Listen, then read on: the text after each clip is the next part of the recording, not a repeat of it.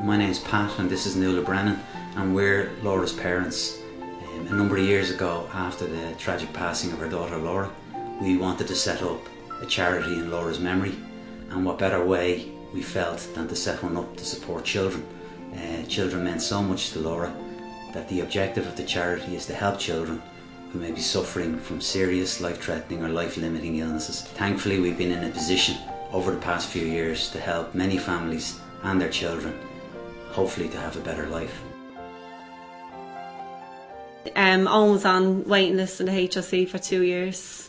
He needed the occupational therapy, which was brilliant. We came out here, and he goes to a group out here as well on a Thursday evening, so he's coming on brilliant. Colleen came under the monitoring of autism because she's so young, so the work out here, the therapy out here is bringing her on leaps and bounds. Before we came out, she had no mama, dada, baba. Now she's saying mammy, daddy, Owen, Neil. I'm better.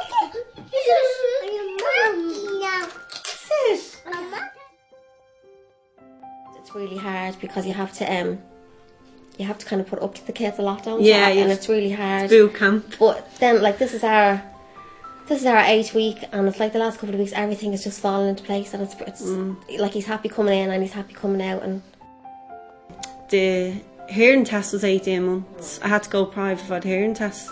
That was an 18-month wait just for the hearing test. So to get occupational therapy and speech and language, I don't know where we'd be now. Yeah, definitely. So thank God for a spot and for Laura Brennan.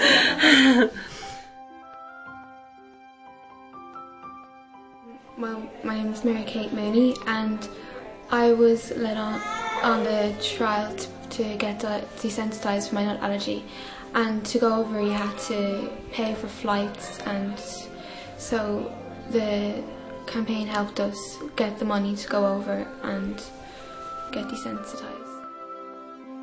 I was so nervous starting first year, and to have the weight lifted off with my nut allergy was so much better. When Sophia was born, we thought everything was fine, but then on the 3rd day they told us that Sophia had very severe brain damage, which was a massive shock to us because we really weren't expecting that. I had a perfect pregnancy and this was the worst day of my life, and I really didn't think how I'm going to get beyond that, you know. But anyway, we got on the road anyway, and we went to the CRC, which were very good, but we soon realised that the government couldn't meet our needs.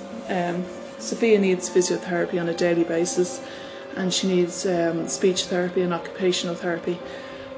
So, but anyway, then my childminder actually told me about Laura Brennan Trust. At this stage, Sophia was probably about 4, and up to 4 we got some help from the Jack and Jill, but then that was cut because once she's 4, that goes. So I said, what am I going to do now? And I was panicked, and she was the one who mentioned about the Laura Brennan Trust.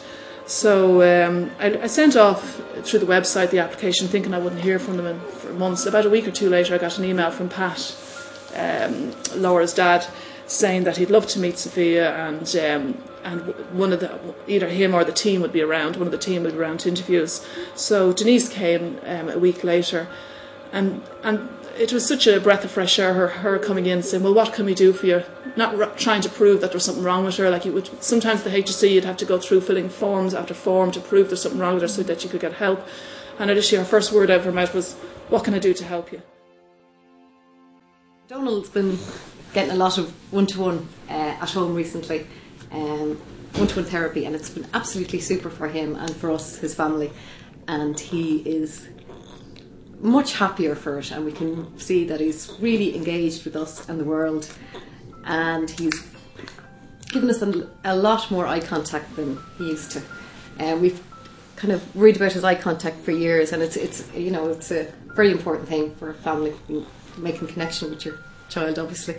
And when you have a child like Donald, you never stop worrying about giving them the best and trying to help them to develop to reach their full potential, whatever that is. And it's the last 6 months I don't have that worry. I think we're giving him everything we can, and we're doing the best for him, and that's really huge.